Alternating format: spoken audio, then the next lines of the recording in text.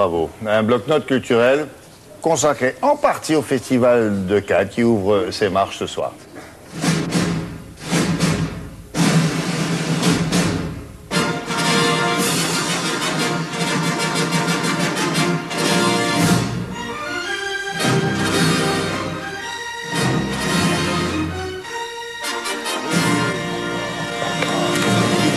Festival de Cannes, dit marché international du film, dit aussi cérémonie et glamour, ça fait partie de l'image, c'est utile. La plus grande manifestation journalistique annuelle au monde. Il y a 24 marches. Elles vont être recouvertes d'un tapis rouge que voici, qui doit faire une 50aine de mètres. Et ça a donné à l'historien de Télématin un déclic. Il s'est dit, tiens, je vais vous parler des marches. Mais à part celle de Cannes, il y en a des célèbres. Ah oui. Ah oui, qu'est-ce qu'il y en a? Alors vous savez, le mot escalier se dit scala en italien, enfin ça vient du latin scala, scala ce qui est escalier ou échelle, on le traduit aussi comme cela. Alors ce tapis rouge, on va regarder tout de suite des images parce que finalement on a ce déroulé du tapis rouge, cette installation du tapis rouge à Cannes avec cette couleur rouge, évidemment c'est honorifique, hein, c'est bien le premier but, donc on accueille les gens avec un tapis rouge, ça existe depuis fort longtemps et la couleur rouge est tout à fait symbolique. Là, nous sommes l'année dernière, puisque c'était de rouille et d'os, souvenez-vous.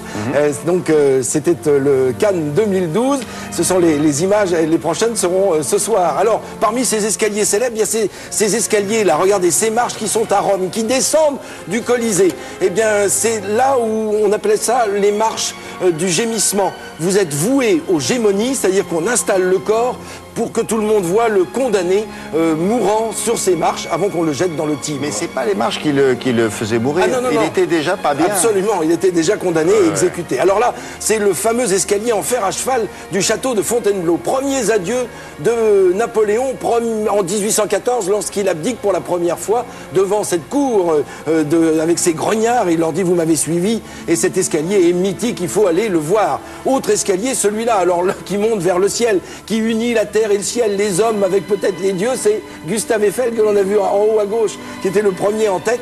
Vous vous rendez compte, 1710 marches pour atteindre le sommet de cette tour Eiffel lors de son inauguration. Là, c'est un autre escalier. Nous sommes en Ukraine aujourd'hui. C'était en Russie à l'époque. Souvenez-vous, ce film, puisqu'on est à Cannes, on parle cinéma, ce film d'Eisenstein, là, sur le cuirassé Potemkin, et ce landau avec cet enfant qui dévale ces marches. Regardez ces marches, 250 marches de plusieurs dizaines de mètres de large, qui existent toujours, que l'on peut toujours voir quand on est dans le port d'Odessa. On voit ces marches devant soi. Et puis alors, il fallait terminer avec un petit clin d'œil parisien et ces marches qui montent vers Montmartre.